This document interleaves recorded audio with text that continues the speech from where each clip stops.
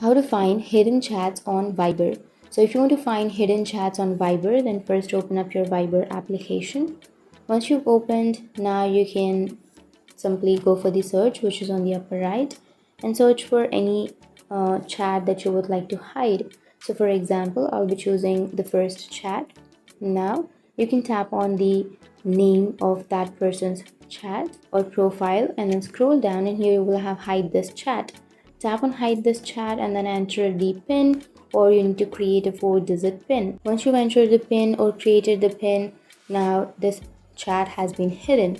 Now if you want to unhide the chat, what you need to do is simply go back, go for the search again, which is on the upper right, and then here you need to enter your password. And once you enter your password, now here you will have all of the accounts that you have hidden. So you need to simply tap on that account, and then if you want to unhide, go for the name again, and then scroll down and tap on unhide my chat or unhide this chat, and then enter your 4-digit pin, and that's it. You have unhide the chat.